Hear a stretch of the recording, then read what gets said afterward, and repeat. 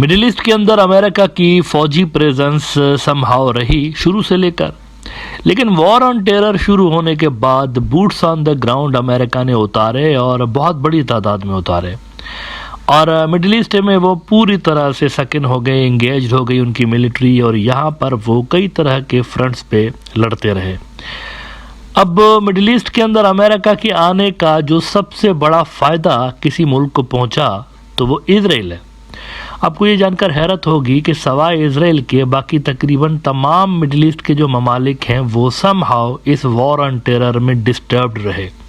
चाहे वो Saudi Arabia हो, सऊदी अरेबिया वालों के ऊपर भी यमन से हमले होते रहे और ये सारा कुछ हुआ। चाहे वो सीरिया और इराक तो मुकम्मल तौर पर इसमें इंगेज रहे, धपड़धूस हुए ये सारे मुल्क, और उर्दन के ऊपर भी इसका असर पड़ा और लेबनान के ऊपर भी पड़ा। सारा मिडिल ईस्ट इसमें सकिन हुआ। इवन यूएई आप देखिए, यूएई ने भी एक कोलिशन बनाई थी और उन्होंने भी यमन के अंदर वो गए थे। ये अंडे बच्चे थे, सारे के सारे जो क्राइसिस थे ना, ये वॉर ऑन टेरर के अंडे बच्चे थे। ये मतलब बड़े क्राइसिस में से छोटे छोटे क्राइसिस मिडिल ईस्ट के बहुत सारे इलाकों के अंदर फैल गए थे।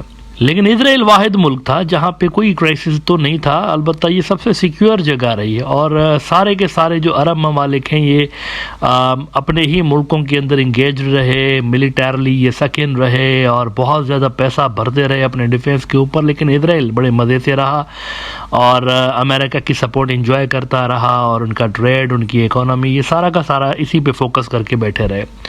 अमेरिका था इनके लिए वहाँ पे ऑलरेडी मौजूद, अमेरिका पैसे वैसे सारा कुछ भर रहा था। अच्छा, इराक ख़ास तौर पर, इराक और सीरिया जो है ना वो मरकज़ रहे वॉर ऑन टेरर का। लेकिन उसके बाद ये होता है कि 2011 में अमेरिका ने फैसला कर लिया कि हम जा रहे हैं यहाँ से, और अमेरिका गया भी वहाँ से। मुकम्मल तौर पर वो विथड्रॉ हो गए 2011 में इराक से। लेकिन 2 साल के बाद ही, यानी 11 को छोड़ के 12, 13, ये 3 साल छोड़ के 2014 में वो दोबारा आ गए।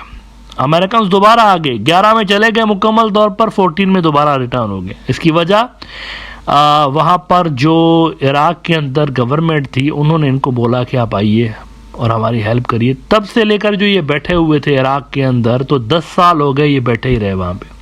अच्छा, ये बोलकर वो इराक के अंदर आए कि हम आईसिस जो है, दाइश, मेनली उससे निमटने के लिए इराकी गवर्नमेंट की मदद करेंगे। 2014 जो था ये वो ज़माना था जब दाइश जो है वो नई नई तुलू हो रही थी, बल्कि काफ़ी नाम वो बना चुके थे, ब्रांड बन गया था दाइश का।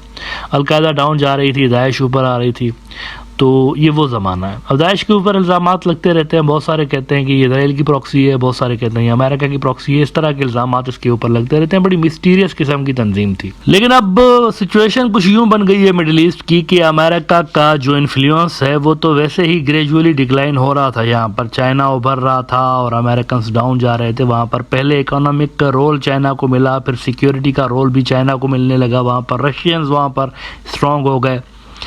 इसके चलते फिर हुआ ये कि अमेरिका थोड़ा सा बैकग्राउंड में जाता हुआ हमें नज़र आया। लेकिन ये जो इजराइल हमास की वॉर हुई है, इसने तो बस कहते हैं ना जलती पर तेल डालने का काम किया है अमेरिका के लिए। पब्लिक ओपिनियन जो है मिडिल ईस्ट की वो अमेरिका के लिए बहुत ज़्यादा ख़राब हो गई इस जंग के बाद, क्योंकि इन्होंने एक तरह से अनकंडीशनल सपोर्ट करना शुरू की इजराइल की, जो कि नहीं करनी चाहिए थी। इनकी पुराना जिनका स्टांस था 2 स्टेट सोल्यूशन, तो हम न्यूट्रल हैं, वो स्टांस ठीक था मेरे ख्याल से। उसको छेड़ा गया और मुकम्मल तौर पर ऐसा लगा कि अमेरिका वन साइडेड इजराइल की फेवर में जो है वो खड़ा हुआ है। अब इसके चलते इनके ऊपर प्रेशर बिल्डअप होने लगा और आखिर में इराक ने इनको बोल दिया कि आपकी कोई ज़रूरत नहीं है, जाइए यहाँ से। अमेरिका के जो फ़ौजी अड्डे हैं वहाँ सीरिया और इराक में, उस पर बहुत ज़्यादा हमले होना शुरू हुए। ऑन एन एवरेज एक दिन में 1 से ज़्यादा हमला होने लगा उनकी मिलिट्री बेसिस के ऊपर। तो शिया अल सुडानी जो वहाँ के प्राइम मिनिस्टर हैं, उन्होंने इनको बोला कि नाउ यू गो होम, हम खुद ही देख लेंगे भाई, हम अब कैपेबल हैं ये आईसिस और इनसे निमटने के लिए, तो अब जाइए, घर जाइए अब। तो अमेरिका ने ऐलान किया था कि नहीं, हम नहीं जाएंगे। राइटर्स ने इस पर रिपोर्ट किया कि pentagon says not planning a US withdrawal from Iraq. ये 2 हफ्ते पहले की स्टोरी है और इसमें वो कहते हैं कि prime minister Mohammed Shia al-Sudani's office announced on Friday the move to evict U.S. forces following a U.S. drone strike in Baghdad that was condemned by the government. The Pentagon said the strike killed a militia leader responsible for recent attacks on U.S. personnel. तो इन्होंने categorically American ने कहा कि नहीं, आप बोल तो रहे हैं लेकिन अब जाने का हमारा कोई मूड नहीं है। अच्छा, आए इराकी हुकूमत की इनविटेशन पर थे, लेकिन जब वो इराकी हुकूमत बोल रही है जाओ यहाँ से, तो अमेरिकन कह रहे हैं कि नहीं जाएंगे। लेकिन पिछले 24-48 घंटों में एक बहुत बड़ी डेवलपमेंट हुई है। हुआ यह है कि इराकियों ने, वहाँ की गवर्नमेंट ने एक बार फिर से इनको बोल दिया कि यहाँ रुकने का कोई फ़ायदा नहीं है, you are not welcome here now, जाइए। तो इसके चलते अमेरिकन जो है अब बोरिया बिस्तरा लपेटने में लगे हुए हैं। ये खबरें आ रही हैं कि इराकी हुकूमत के साथ उनके टॉक्स स्टार्ट हो गए हैं कि भाई कब निकलना है, कैसे निकलना है, इसको फाइनलाइज किया जा रहा है। CNN ने थोड़ी देर पहले ये स्टोरी ब्रेक की है कि US and Iraqi governments expected to start talks on future of US military presence in the country.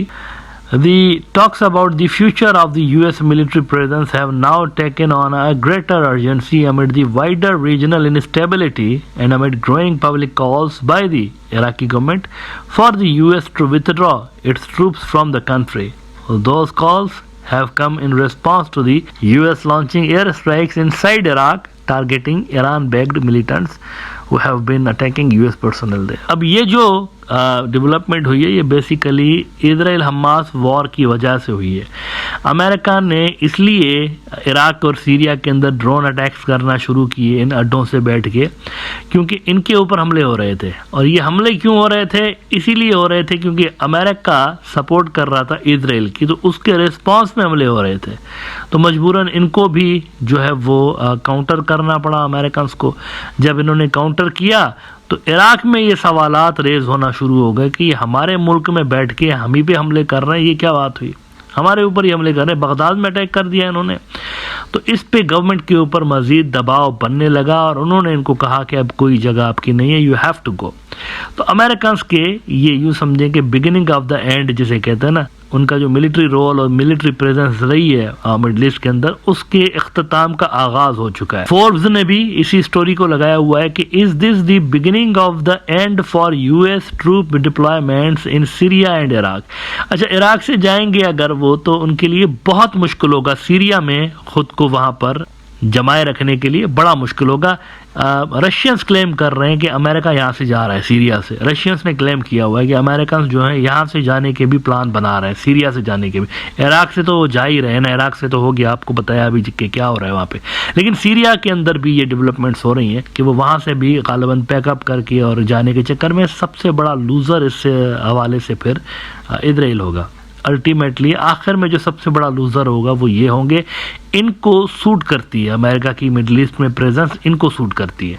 वो कहते हैं ना अबू जी बैठे हुए हैं, मतलब ये इनकी इंश्योरेंस पॉलिसी है। कुछ भी ऊपर नीचे हो जाएगा, कुछ भी हम ऊट पटांग कर लेंगे, अमेरिका संभाल लेगा। स्ट्रेटेजिक पार्टनर है इनका इजराइलियों का, तो वो समझते हैं कि ये संभाल लेंगे। लेकिन अब वो जो इंश्योरेंस पॉलिसी है वो अगर दपड़दूस हो जाती है और वो चले जाते हैं यहाँ से अमेरिकन मिडल ईस्ट से, तो इजराइल के लिए अपने बलबूते पे फिर चीज़ों को यहाँ पर संभालना इतना आसान होगा नहीं।